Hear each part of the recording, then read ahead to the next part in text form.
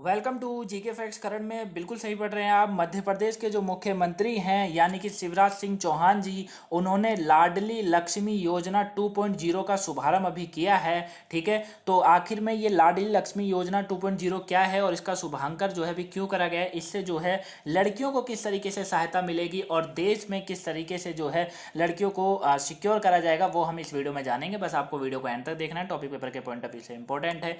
एक या फिर 2 नंबर का क्वेश्चन आपसे जो है एग्जाम में पूछा जा सकता है। पीडीएफ का लिंक डिस्क्रिप्शन बॉक्स में, वहां से आप डाउनलोड कर सकते हैं।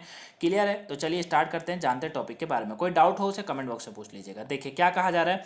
मध्य प्रदेश के जो मुख्यमंत्री हैं यानी कि इन्होंने 8 मई 2022 को लाडली लक्ष्मी योजना के दूसरे चरण का शुभारंभ किया है। कब करा है?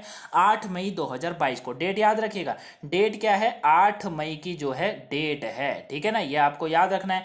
8 मई को जो है शिवराज सिंह चौहान, जो कि मध्य प्रदेश के चीफ मिनिस्टर हैं, इन्होंने लाडली लक्ष्मी योजना को दूसरा चरण स्टार्ट करा है। अब लाडली लक्ष्मी योजना 2.0 बालिकाओं को उच्च शिक्षा प्राप्त करने और उन्हें आत्मनिर्भर बनाने के लिए प्रोत्साहित करने के लिए एक अभिनव पहल है। ठीक है, उद्देश्य क्या है? उद्देश्य समझिए इसका, इसका महत्व क्या है। आखिर में लाडली योजना क्या है?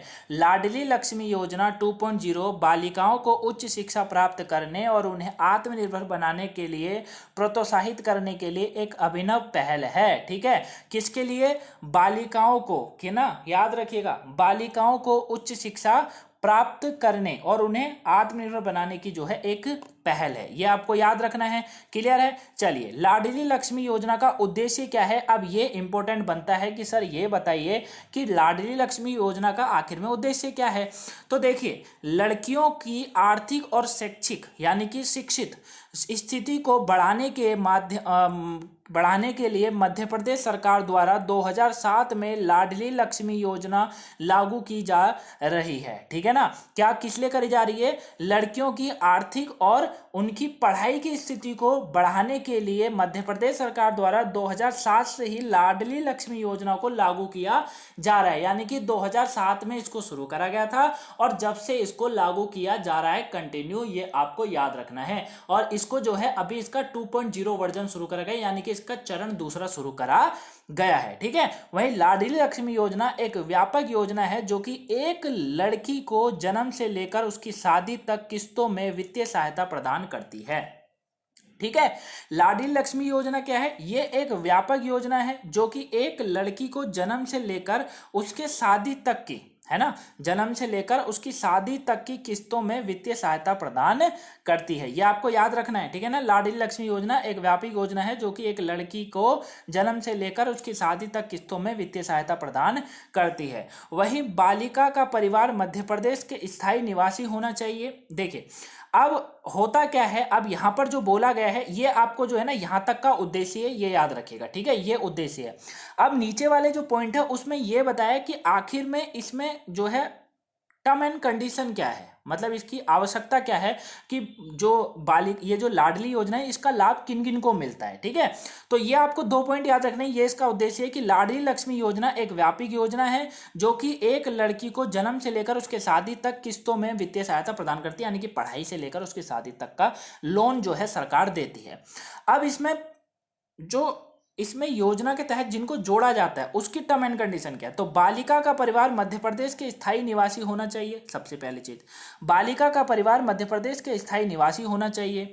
परिवार गरीबी रेखा यानी कि बीपीएल के नीचे होना चाहिए। परिवार आयकर दाता नहीं होना चाहिए। अरे जाहिर सी बात है यार, जो इस योजना का लाभ उठाएगा, वैसे तो इलीगल भी हो जाता है, लेकिन अगर जो इस योजना का लाभ उठाएगा वो आयकर दाता तो हो ही नहीं सकता। अगर वो होगा भी तो क्यों बताएगा मैं आयकर दाता हूं, है ना। तो परिवार गरीब रेखा यानी कि जो बीपीएल वाला कार्ड बनता है वो नीचे होना चाहिए और परिवार आयकर दाता नहीं होना चाहिए। वहीं इस योजना के तहत अधिकतम 2 बेटियों का पंजीकरण कराया जा सकता है। यानी कि अगर किसी घर में 2 बेटियां हैं और वो दोनों बेटियों का अपना पंजीकरण कराना चाहते हैं तो वो बिल्कुल कर सकते हैं इस योजना के तहत। यानी कि लाडली लक्ष्मी योजना से जो है है उन्हें जोड़ा जा सकता है। ठीक है, बस टर्म एंड कंडीशन यही है कि बालिका का परिवार मध्य प्रदेश का स्थायी निवासी हो, परिवार गरीब रेखा यानी बीपीएल से नीचे होना चाहिए और आयकर दाता नहीं होना चाहिए। क्लियर है।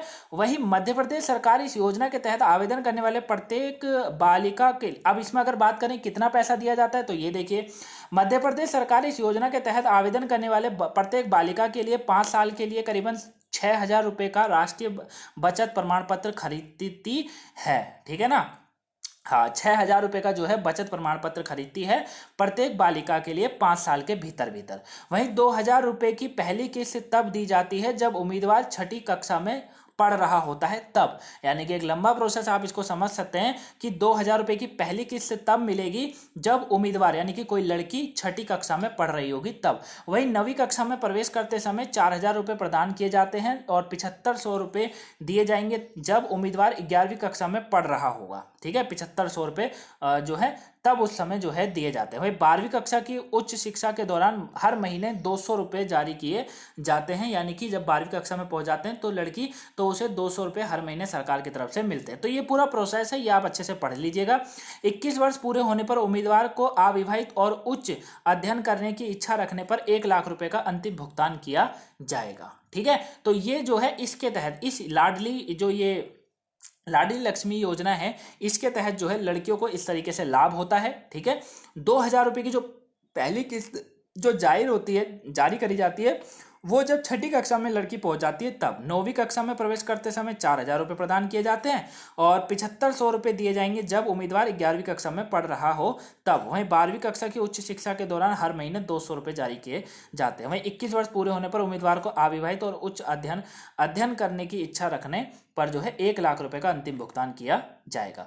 अब लाडली लक्ष्मी योजना की उपलब्धियां क्या हैं, ये भी इंपॉर्टेंट है, क्वेश्चन बनता है, आपके दिमाग में भी बना होगा कि सर लाडली लक्ष्मी योजना की उपलब्धियां भी तो बताइए। आपने सब बता दिया, उपलब्धियां भी बताइए। तो देखिए, इस योजना के क्रियान्वयन में से बालिकाओं के प्रति समाज का नजरिया बदल गया है, जिसमें बाल विवाह जैसे सामाजिक कुरीतियों को समाप्त करने में सफलता मिली है। मतलब इसकी जो पहली उपलब्धि है वो यही है कि जो आज भी हमारे देश में चलता है बाल विवाह जो है खत्म हो चुका है। मतलब मध्य प्रदेश में कहा जा रहा है कि ये जो है समाप्त करने में सफलता मिली है। ठीक है, क्योंकि लड़कियों को पढ़ाने के लिए सरकार पैसा दे रही है तो आप जो है परिवार को पढ़ाने में कोई दिक्कत नहीं है। वहीं मध्य प्रदेश में लाडली लक्ष्मी योजना के तहत अप्रैल 2022 तक 42 लाख से अधिक लड़कियों का पंजीकरण किया जा चुका है। ठीक है ना, अप्रैल 2022 तक 42 लाख से अधिक लड़कियां इसमें पंजीकरण अपना करा चुकी है, काफी अच्छी बात है।